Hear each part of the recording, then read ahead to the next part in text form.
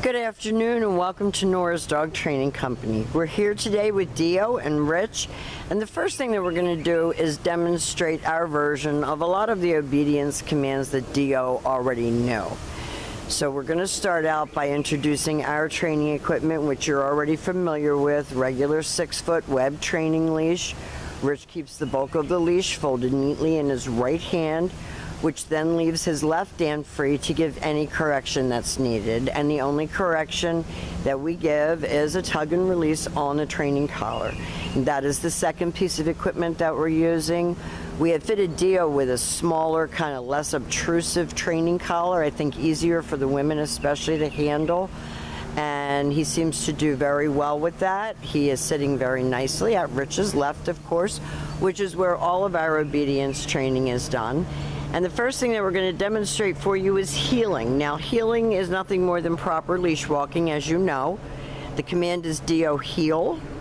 And at this point, Dio has a job to do, and that is to maintain pace with you. And we are going to demonstrate this with distraction, but I wanted to demonstrate it first without distraction. His job when heeling is to keep his head up off the ground, to keep his shoulders neutral with your left leg, and to walk at your pace. So whether you're walking slowly and having a conversation or whether you're a power walker, he should be right next to you.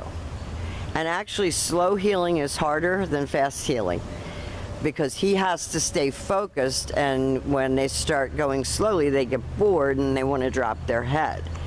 So we've practiced a ton on the heeling with and without distractions so that the ladies are going to be able to work with him. When Rich stops, perfect sit. This time Rich is going to leave him in a sit-stay. Stay.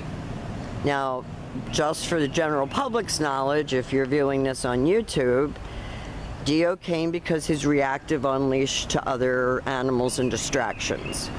So we're trying to get Dio to the point that he can do these commands for his women owners and the owner's daughters.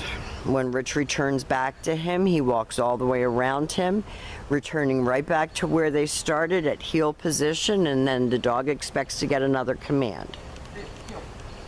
And Rich tells him to heel again. And if you notice where Rich's hand is on the leash, he's got him right there next to him. There's not a lot of lunging. He is a nervous dog, high-strung, vocal when he is upset about something, but sweetest dog in the world. And this time, instead of returning back to him, Rich is going to call him. This is our recall.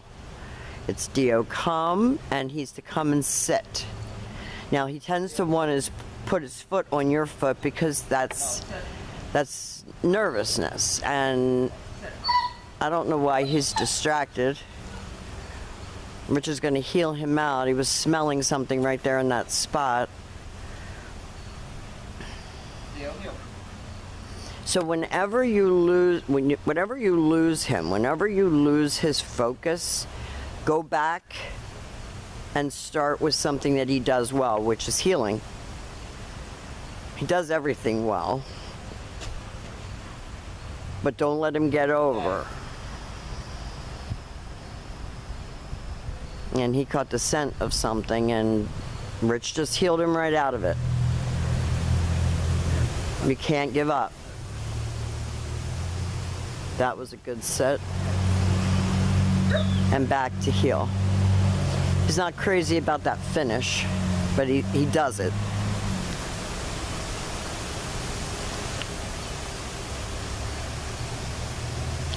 And remember, these commands can be practiced indoors as well as outdoors. If you don't have control of him in the house, you're not going to have control of him outside, as you're down from a heel position. So practice lengthening out the time and the distance with all of your commands in the house, most especially your stationary commands. At 4.5, he should be able to do a 3-minute long sit stay and a 5-minute long down stay. And what you're trying to do is build up his focus, his self-control. Give him a little bit of sense of self and independence. Rich will heal him out of that. At his age, he's going to be who he is, and going forward, I would like to see him be a little bit more self-assured. I think most of his reaction is insecurity.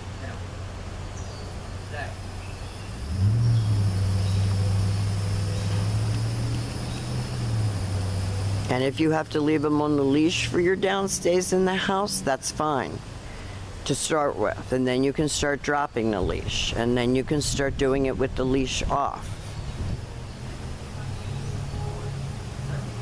Rich calls him out of that down.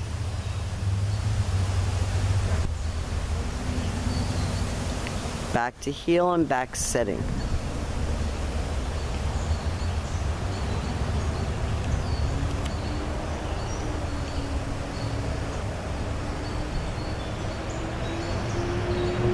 And working him, especially for the ladies in the house, working him without distraction first is the most important thing. So when you come to pick him up on Saturday, we'll have you work him without distraction first, and then we'll introduce distraction.